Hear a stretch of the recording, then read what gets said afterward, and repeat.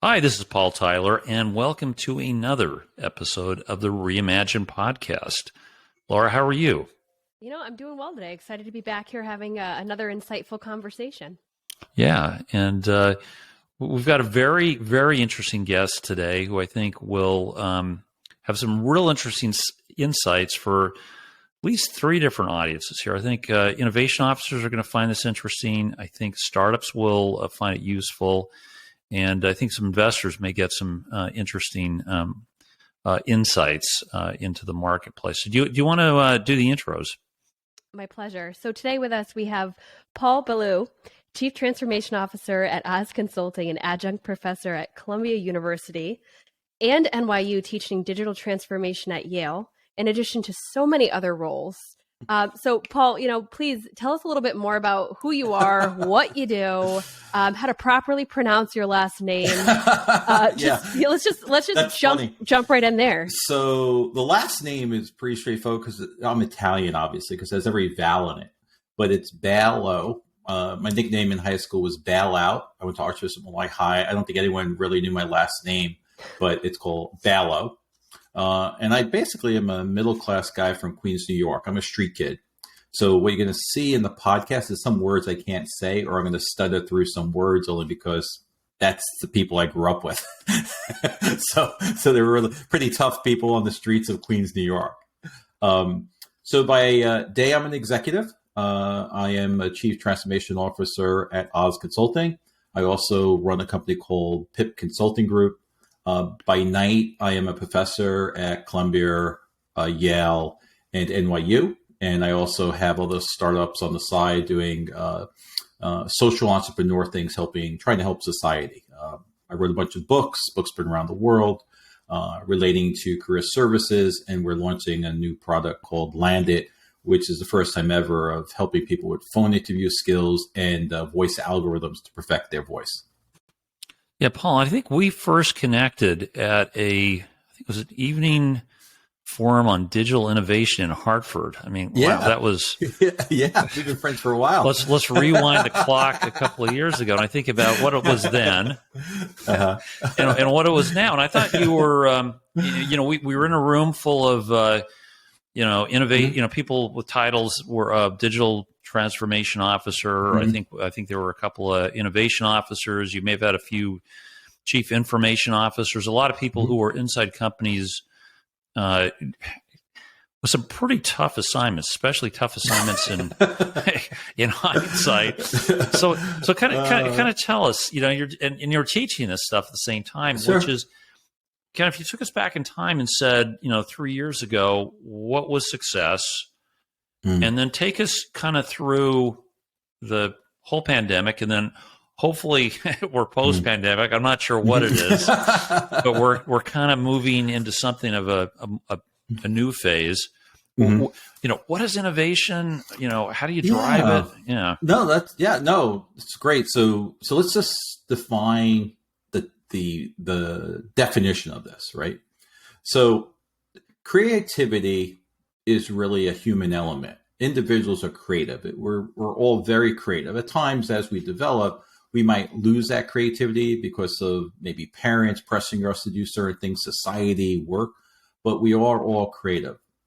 Innovation is really the commercialization of creativity, right? So when we talk about innovation, it is really individuals who first come up with really good creative ideas. And it's taking those individual ideas and putting it into a more business format. We call it innovation. But when you think about things, there are creators and there are maintainers, and the world needs everyone. But the idea of true innovation, and in my own personal world, I have 8 patents in my name, and they're just individual things that I came up with.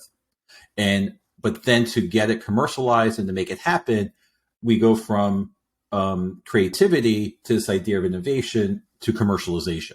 That's sort of the stream of this. To Paul Tyler's point of what it was when we first met, I think people were just thinking about it and they were trying to figure this out. But the sad part is that innovation is really the survival of mankind. Innovation, adaptability, the ability to accept change. But the funny thing is is that most people hate change, which is sort of goes against everything we stand for. When I teach my class at Columbia, the first thing I tell them is there are things you're going to love about this class and things you're going to hate about this class, but they're all about you. So whatever you're going to love about it is really loving about you, and what you're going to hate about is really about a reflection of what you hate. But the reality of it is there are only two constants in the world, two things that will always remain the same. Number one is constant change, endless, forever. The minute every second, every minute, every moment, you are different. The second piece is the search for eternal love, the ability to fit in, the ability to belong to something, the ability to be accepted, the ability to wear the jersey.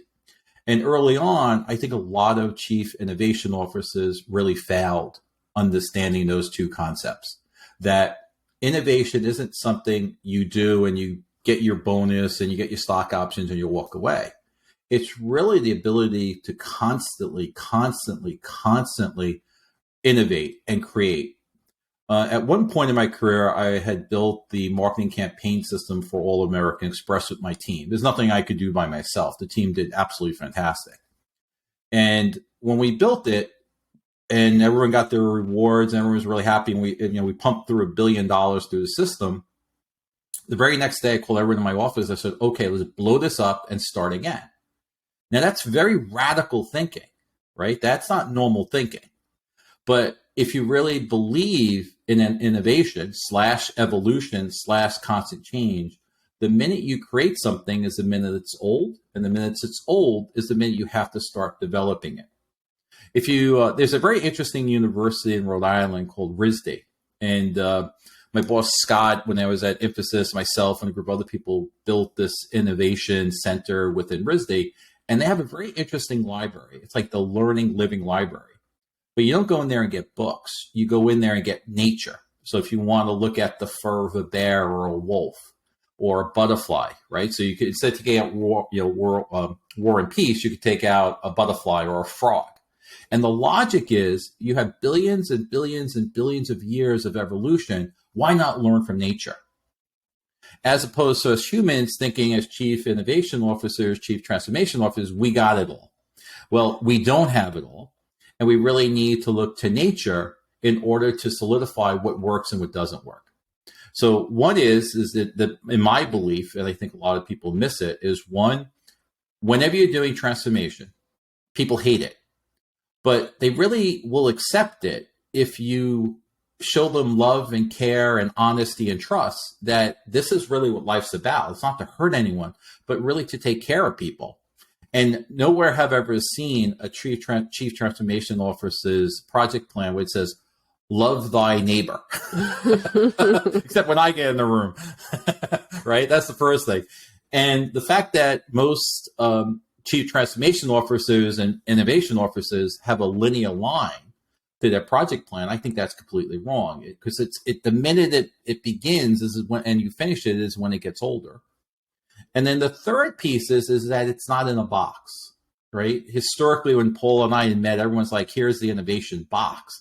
That doesn't work, right? I mean, it's not like, okay, here we're doing all the cool stuff and we're going to dump it on you, the company, the mothership. That never works. So you really have to put this all together in order to drive it as a unit, drive it as a company. And a lot of times companies really reject it, right? Insurance industry rejects it all the time, right? And insurance industry is belt and suspenders, right? They only wear a belt, they wear suspenders, right? Because they're very risk adverse. So when we look at this journey from when Paul and I had met, I think it was really in a box. I don't think they realized that it was endless and continuous. I don't think they've ever entered the fact that love enters into the equation. And I don't think they've realized that this is really, really hard to do. Fast forward, the coronavirus basically forced you to adapt. It forced us to actually be human. Paul and I, we were talking about what I was doing in 2019, 2020 with a bunch of my partners. We were tapped by the state of Texas to help out with the virus in early 2019. And if you read the New York Times, there was an airplane from the Patriots. That plane was filled up with PPE from manufacturers that I knew. It's the first large shipment of PPE in the history of the United States when the virus was starting out. But everything I learned in my MBA classes and business school, I threw out the door.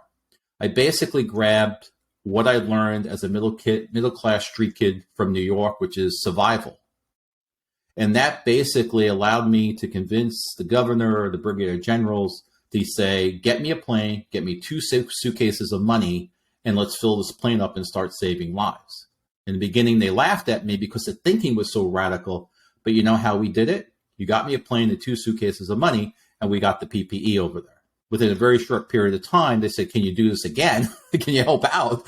Because the logic of the original thinking doesn't fit the scenario, the case we're living in, right? The flow charts, the financials, all that goes out the door. The street kid of New York comes into play.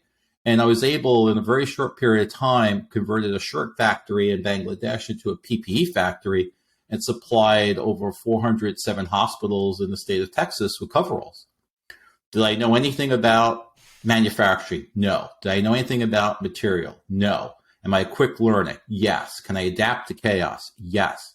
Do people trust me? Yes. Because our investors, I basically called up. I said, send me money. They said, yes. Not a lawyer, not a contract, just me, my voice. I've never touched the person's hand when this all happened.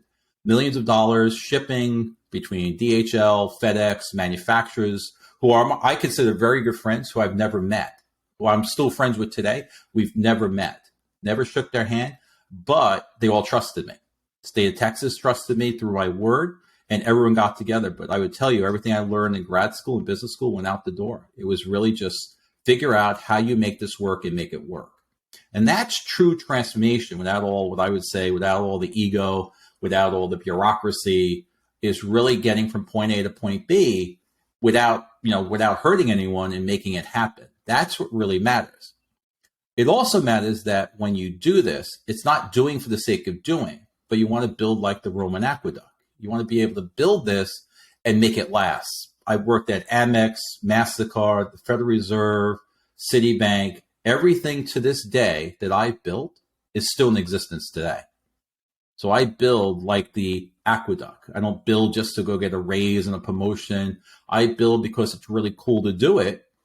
And then I get to stroke my own personal ego that the street kid from New York could build the Roman aqueduct. And that's half the fun, right? I mean, that's really the fun. So I have to ask, it takes significant energy to turn ideas into action. And clearly you're making a big impact through a lot of your ideas and a lot of your action. But where do these ideas come from? Is it your brain? Is it your heart? Is it your experience? Yeah, that's a good question. I'll be very honest with you. I was running a very large internet marketing company. I got paid a lot of money to leave American Express. And I loved American Express, absolutely loved it. I was a top performer. It was unbelievable. I really loved it. But they're never going to make me CEO. So someone came knocking and they basically said, hey, look, why don't you come work for us? I said, well, I'm at American Express. like, why would I come work for you guys? And next thing I know, I was running this whole, within 6 months, I had 60% of the company work for me. I loved it, right? Just really just banging out. I was up for COO, right? And then I got fired. Or I should say the whole company got eliminated, but I did get fired, which is probably the best thing that happened to me. Because it wasn't really a bad day. Because when I talked to the president, I thought I was coming in to figure out how I could save them $10 million. And he said, oh, things aren't that good, but today's your last day. I was like, today's my last day. Like, what the hell, right? But then he passed me a check, and I was like, okay, well, today's not too bad of a day. I'll take it. And I literally had a dream that night, and I dreamed 3 things. One is I dreamed I'm going to write a book. I dreamed I was going to get a PhD. And I dreamed I was going to start a company.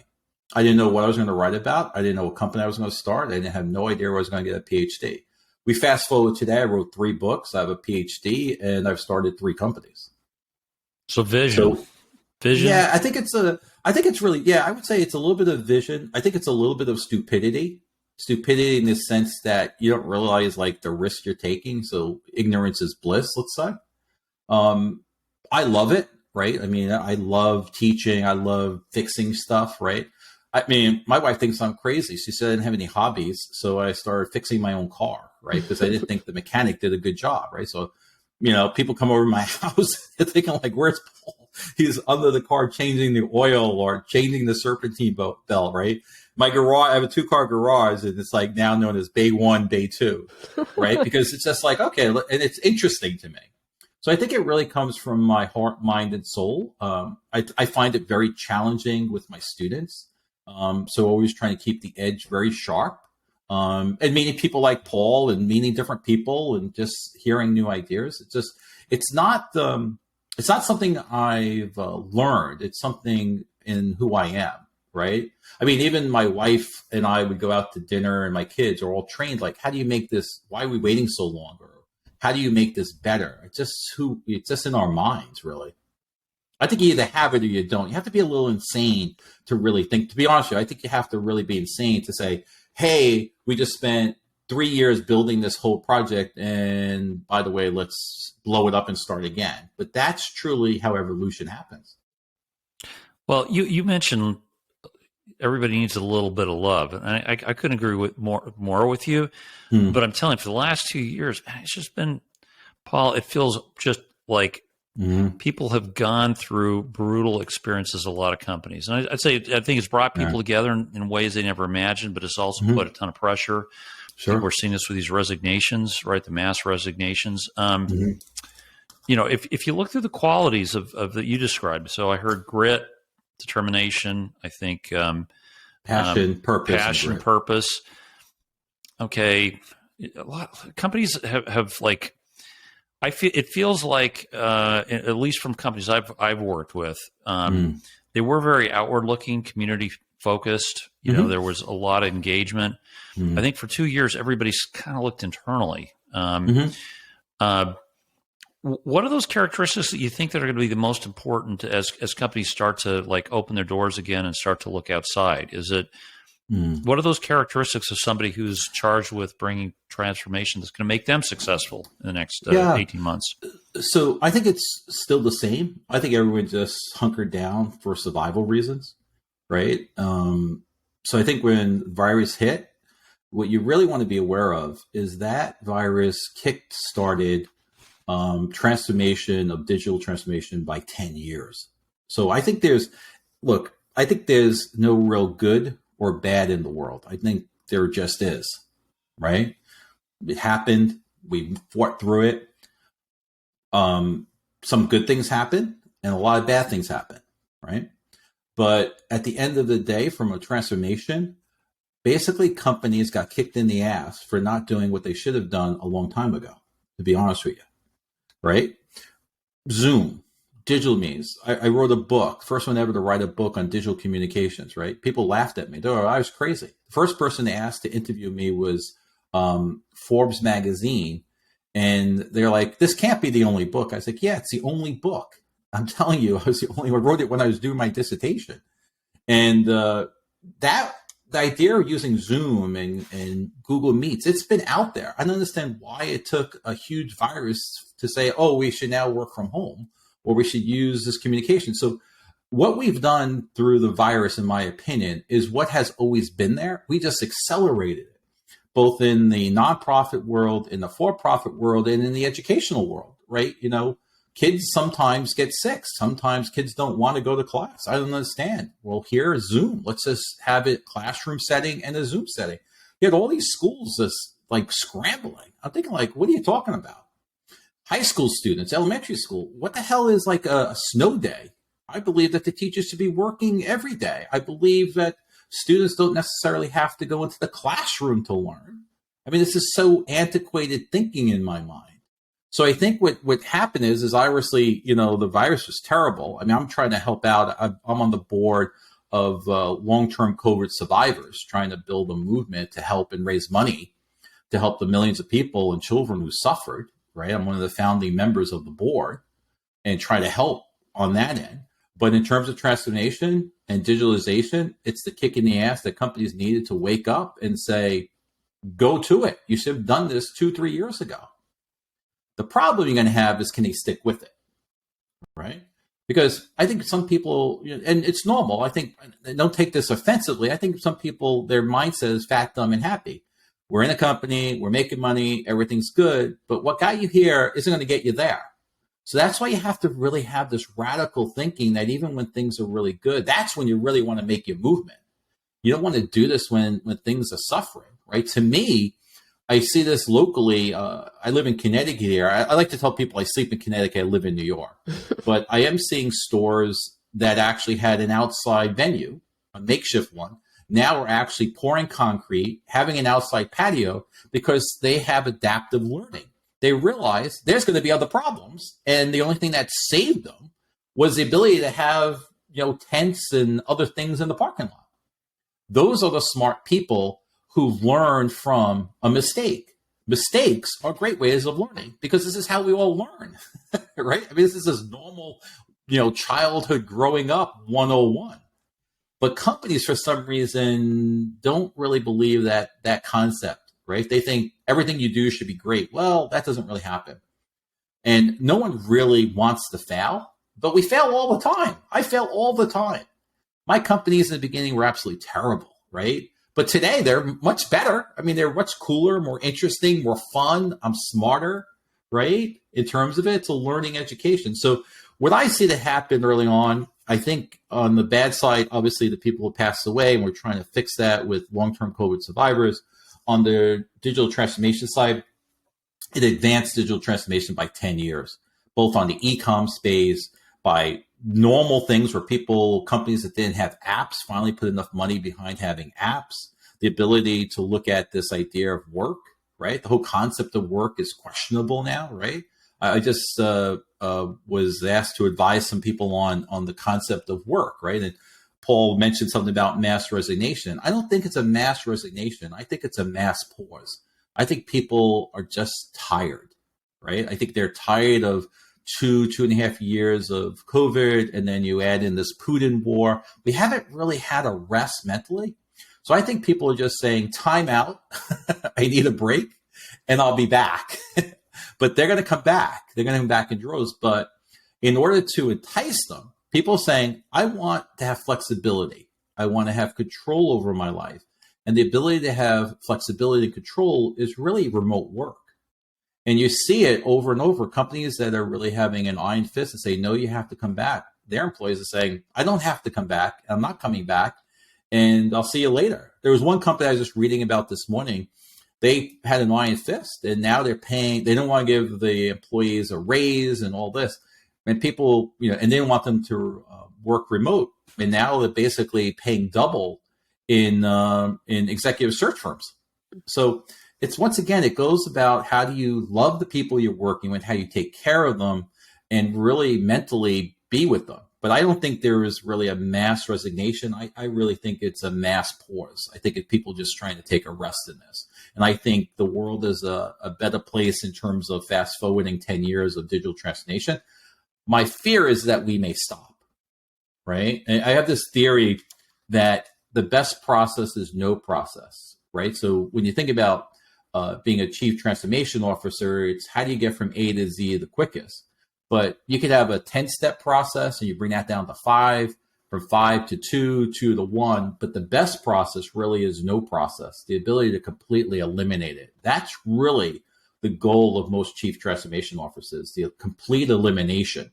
And I believe that one of the most powerful tools in my tool chest is elimination, is getting an eraser and erasing stuff. Because when you erase stuff, that process all goes away. And you could make it happen within 24 hours. We have this concept that we have to constantly build and build and build. That's not necessarily true. It's like having a house. Like, why do we have to fill it up, right? I think we should just empty our houses and downsize our houses and live a simpler life. Do you think it's possible to erase cultures of resistance to innovation inside of companies? Yeah, that's a great question, Laura. So I think culture change is a religious war. I think I would say, in my personal experience, is truly one of the hardest things to do.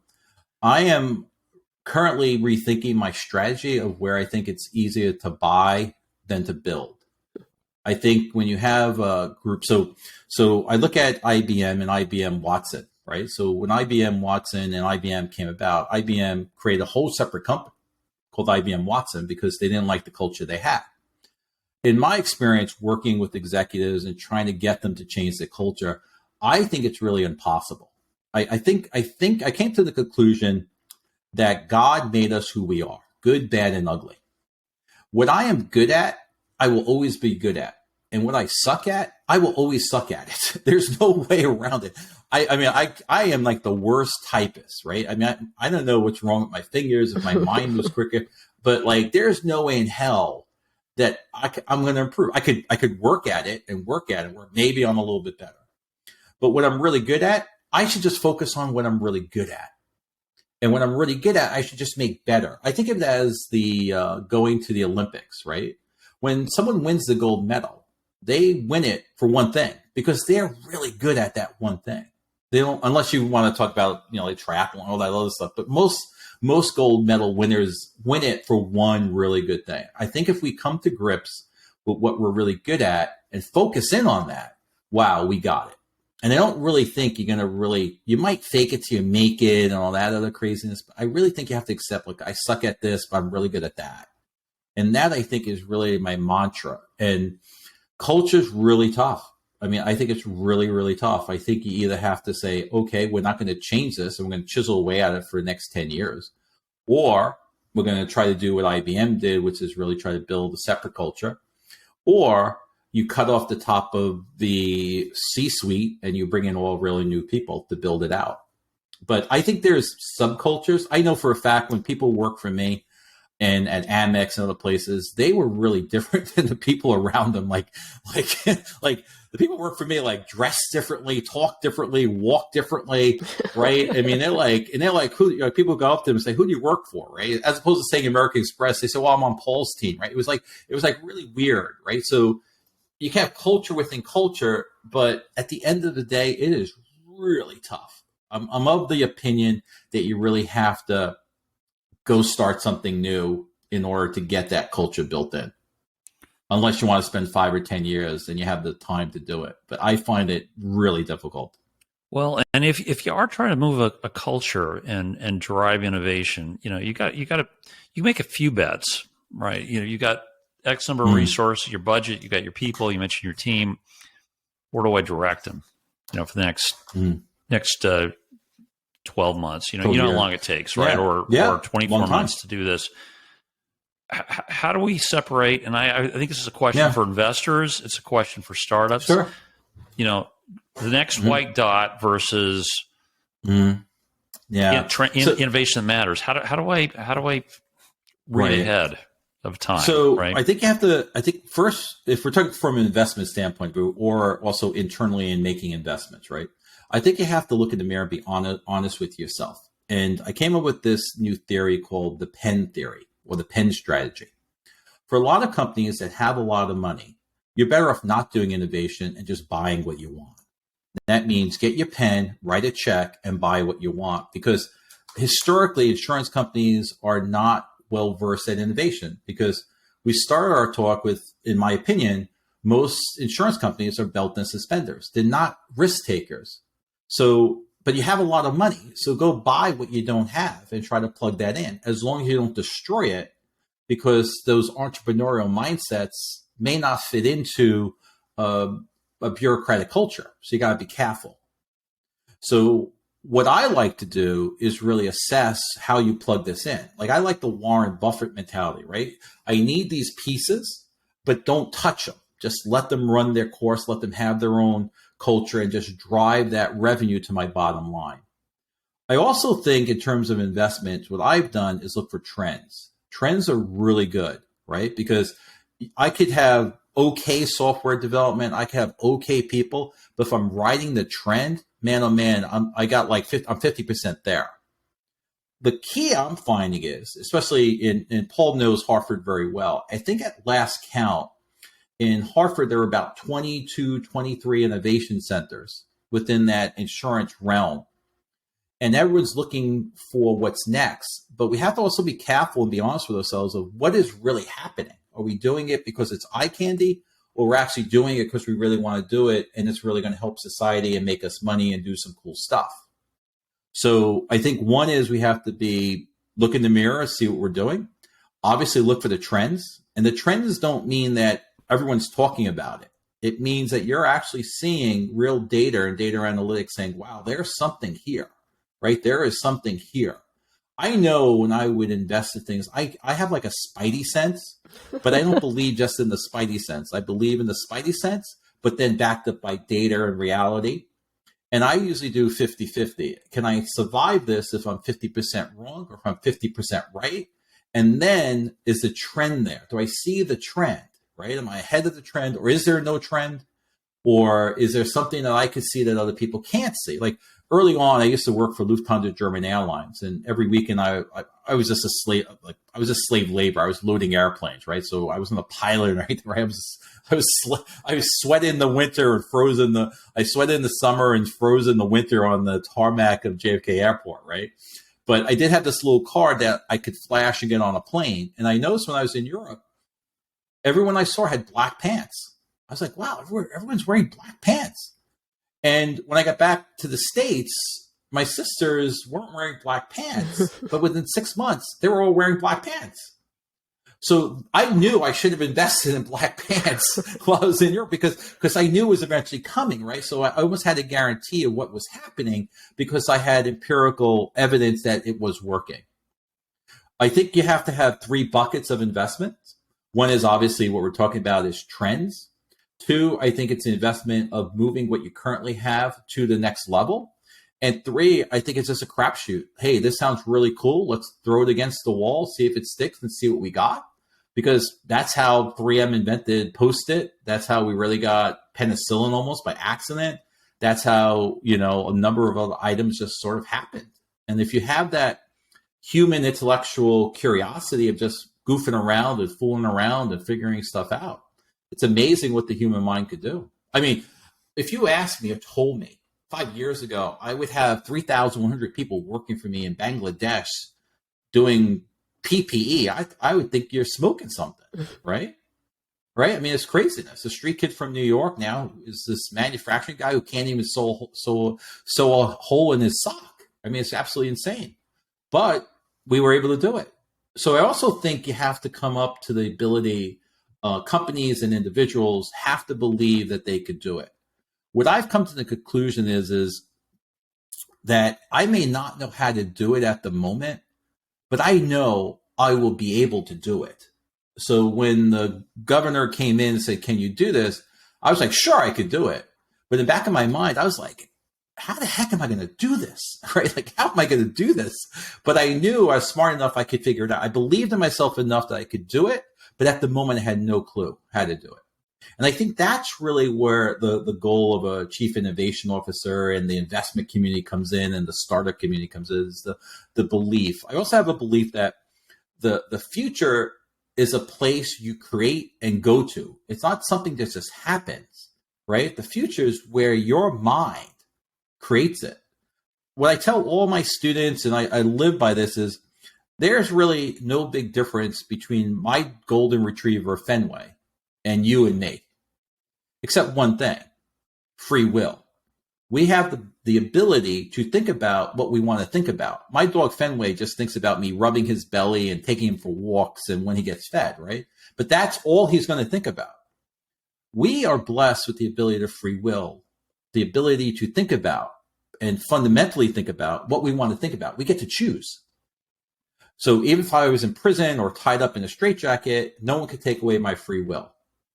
They can take away other freedoms, but free will is really the deviating factor. And it's the controlling of your mind to think about what you want to think about and to believe in yourself that you could actually do it. And the belief in yourself of what you could do helps transform the future that you want to be.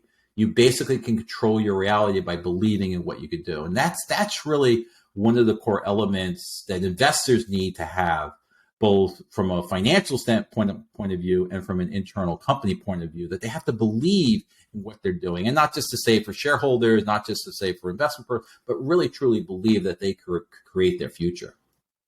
So in looking at the future, do you think that people will have either a greater belief or more of an open mind towards the triple bottom line. So you mentioned some of the work that you do in the social enterprise model, whether it's the people, profit, planet, also said as financial, social, environmental.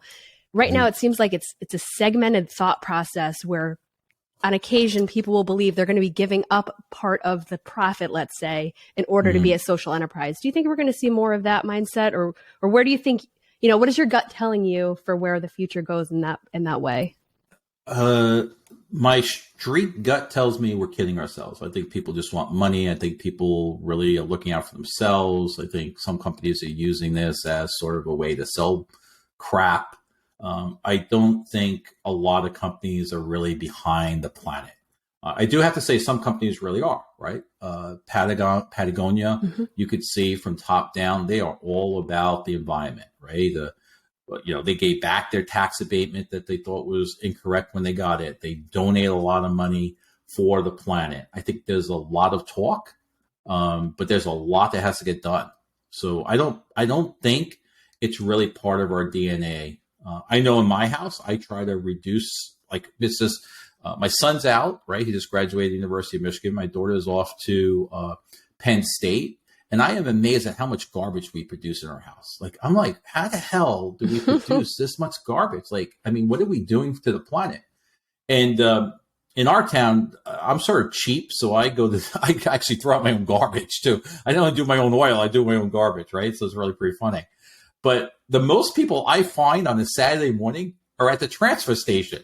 There is a line out the door. I'm thinking how much garbage do we produce? And I see people throwing out bicycles and bed frames. I'm thinking this is ridiculous to me. So I don't really think we're serious about this at all. I think it's lipstick on a pig from what I think. I think the next generation is really serious about it. I see this with my nieces. They're really serious about this. My generation sort of screwed it up a bit, right? But I think the biggest factor is what's in it for me. But people are still getting used to sharing that we all breathe the same air. And people have to realize the air we're breathing is the air that the dinosaurs were used to breathe, right? And the water we're drinking is the same water that has been recycled since the dinosaurs. But I'm seeing tidbits of it. But there are companies who really believe it. But I think a lot of companies are just sort of lipstick on a pig. I think we have a long way to go. I'm teaching a class on sustainability at Cornell to try to help out. But it's a long. I'm impressed that we have sustainability indexes on the annual report, but I still get the feeling in the boardroom it's more talk. It's more talk hey, we're sustainability, but then we go out and have this huge dinner whoa, okay, it doesn't make sense, right? Or I got a private jet or something, it doesn't make sense. Well, how about Bill Gates wanting to meet with Elon Musk to talk about climate change, but having a big huge short position on the electric car company? Right. Or I'll meet you for dinner and we'll take our private jets, right? We're not serious about this. I just look, I don't know how my brain's very simple, right? When I look at the colonial times, right, everyone walked to where they were going, right? We talk about electric cars. We talk about, this idea of saving gas. I think it's really have to go back when I look at this process is we just have to get along a little bit better so we're okay living together. If you look at Manhattan, there's no need for a car, right? That's eliminated, right? My view would be is let the subways, all the subways in New York City be free. But if you design like New York City, you don't need a car. I think there's a lot of energy and money on autonomous vehicles, but the reality of it is if you just live closer together, you wouldn't even need a car. And this goes back to the theory of elimination, right? The ability to say, we don't really need this. Let's do away with it. And that whole process then goes away. So one of the most powerful tools I use as a chief transformation officer is the little eraser at the top of my pencil here to eliminate stuff. And it's wow, that's great. We saved a lot of money. Yeah, well, and it didn't take long to do because we just eliminated stuff. Well, I do agree with that. I think as long as the economics are rational, it compels people to do the right things, right? I think we've unintentionally subsidized construction in areas that never should have been places where homes should never have been. Now, I think once, the property and casualty companies are starting to say, okay, you bear the risk, I think we'll see some changes in how people are living. I think subsidies that may have encouraged fossil fuels, I think, are changing. And I think, I know you were working on one startup on wind technology. I think the technology is changing where the economics, I'm an optimist, will lead us to the right decision. We mentioned work, right? I think right now we're hearing lots of debate about how work should be done. Well, when leases come up, okay, if you're running a business, okay, Paul, should I re-up and keep a palace? Right. Or should I re-engineer how the work? I think at the end of the day, the numbers, as long as the costs and prices reflect truly costs, right? They're not. I think we'll end up in a good place. So I'm optimistic, but I agree with you. It's going to take some time. It'll take some time for this to work out. I would agree with you when I go to Home Depot and no one's buying fertilizer for their grass. Yes. Because the grass is like the biggest one. That would be like my litmus test, that no one's buying fertilizer, because grass is one of the worst things for the environment. Fertilizer is just a killer. Now, also, once again, I have a lawn, right? But, I think it's only because of peer pressure with my neighbors, because I would be happy not to mow the lawn. I'm happy to have wildflowers, but I don't think my neighbors are really going to, kill me. But I think the way to really do this is when there is no one at the line buying fertilizer for their grass, then I think we got it, right? When I see people stop watering, like I'm the only person who doesn't water their lawn, right? And I'm thinking, like, you guys are watering your lawn. Like, what, are you kidding me? Like, this is ridiculous to me. So those are the things I think would really make it personal, to really say, hold on a second, right? No fertilization, no watering of the grass. And when I go to the dump, I have nothing to bring.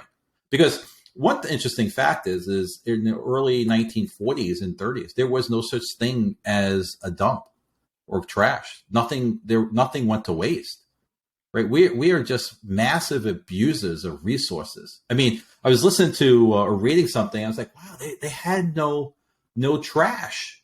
Like, there was no trash. I'm thinking, like, oh my God, like, I produce so much crap. I'm thinking, like, wow, this is craziness to me. So I think once that happens, I think, one, no one's buying fertilizer. Two, no one's at the transfer station. Then I would agree with you, Paul. It's almost like a wildflower mentality, if you will, right? So we built our home a few years ago, and it was farmland. So in the front, our first acre is all wildflowers. We keep the grass tall, and our neighbors look at us like, what are they doing? Until we put the goats out, and then the goats are eating the grass. Yeah. And in our back, last weekend, I actually just cut out another porcelain teacup that had roots growing through it out back, because there was no dump. They had a dump spot in the way back where they just put things when they were done with them. So we are re-earthing and rediscovering all the time, for better or worse. But it's I'd agree with you on that. It's almost like so what you're doing, Laura, is we think we're so advanced, right? We have mobile phones, we have all this technology, we have data analytics, we have satellites taking pictures of the Earth, and you know what we're doing? We're doing what people did in 1920s, 1930s, which our great ancestors did. We're rethinking about, are we really this smart? Not really, right? I mean, we're just wasting a lot of our resources, because we shouldn't have a dump. When you eat a banana, that banana peel should go in the garbage, or go into the yard, not the garbage. Right. And I'm thinking, like, where's the victory garden? Like, where is my victory garden? Right. And stop with this grass stuff. I mean, it's just ridiculous. Right. I live on a hill, so, I'm happy to put wildflowers there, because I can't grow grass on the hill. Hey, Paul, this was great. This was terrific. I think it's great talking to you guys. We've just about at the end of the time. Laura, anything we missed or should ask or raise? I'd be remiss if I didn't ask. You've touched on it in a few different ways, but curious, what is your why? You do so much. Why is that? What drives you? Yeah, that's a great question. I think I'm a little bit nuts, to be honest with you. Like, I think there's only so much time in the world. And, look, I'm a middle-class guy from Queens, New York. And what I mean that is, like, we didn't have much, really. I mean, my parents took care of us and all that. So I think I'm sort of like, hey, if there's an opportunity, let's do it. Let's go have a good time. I love being a leader and helping people, right? I mean, I really like to make change. I love changing or teaching because I feel like I'm building disciples. Like, hey, there's a lot of bad in the world, but if I could just be in your mind for like 30 seconds for the rest of your lives, coming out of my class, Dr. Bailo's class, I'm made, right? So it's really about change. I get energy from the fact of change, and I love people and helping people. And I love doing crazy stuff, right? Like, I mean, I'm like the king of PPE in Texas. Like, what the hell, right? I mean, that was craziness. And now wind technology in China, and I have a lot of good friends, right? I mean, meeting really cool people, and life is good, But once again, I think the why is just it's who I am. But it's a little nutty when you really think about it. It's not a normal life, really. If like why? I mean, who changes their oil and throws out their own garbage anymore? Like, it's just ridiculous, really. All right, I think. Hey, Paul, this was great.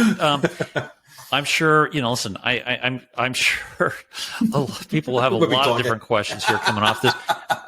What's the best way for people to, get in touch with you and follow what you're doing? Yeah, so LinkedIn is probably the best. Just send me a LinkedIn request, no problem there. Take a look at Oz Consulting Group. We're doing some really cool stuff. Trying to stand up, an insurance business, consulting business.